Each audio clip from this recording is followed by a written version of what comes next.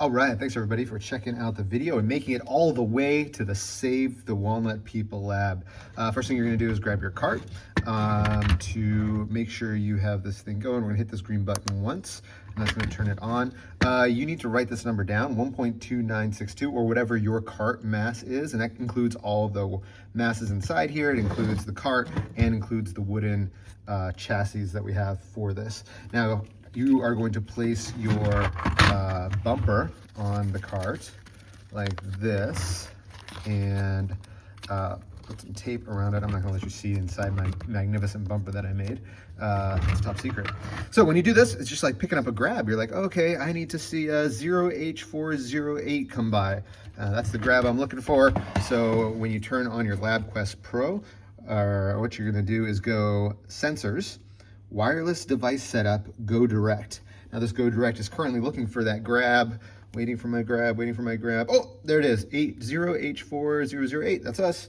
I'm gonna click, all right, jump in my grab, put my seatbelt on, and then we are almost set up. It's connecting, great. From here, I want you to hit Samples, and what we're gonna do is come into here, we're gonna change this to 100. Done, so it's 100 samples per second, and let's make this duration 5 seconds. Done. And okay, and then what I'm gonna do is I'm gonna place my cart on the track, and it's already showing some acceleration, so I'm gonna push it up to the very top of the track, and I'm gonna hit 0. So now I'm zeroed, and then what I'm gonna do is I'm gonna let go. Oh, no, not gonna let go yet. I'm gonna hit play, and then as soon as I see the graph, I'm gonna let go. Oh my goodness, that was beautiful. Now I stopped it before 10 seconds, but you could let it go the 10 seconds if you wanted to. Now that soft cushion was my bumper, adding time to my collision. I'm gonna highlight this with my finger. I'm gonna go graph, zoom in, and I'm gonna do that again.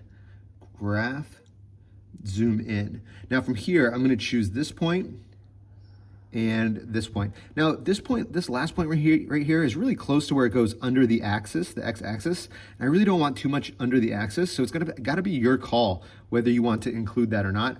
Because it's such a little amount of area underneath the axis right here, I'm okay with it. So again, drag my finger over, I'm gonna like that, I'm gonna say Analyze, Integral. Integral means the area under the graph, and the area of an acceleration versus time graph is your change in velocity. So my change in velocity is right here, so 1.536. I'm gonna write that down in my spreadsheet, 1.536, and then I need the time of my collision. Now most people accidentally put this time down, and that is incorrect. Your time did not last 2.14 seconds during your collision.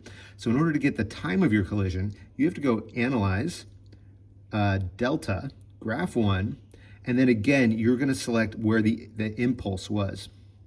So if you drag your finger across it, it'll make this little box, and then the second time you do it, it'll be easier to see. So you don't care about your Y, all you care about is being more accurate and precise with your X.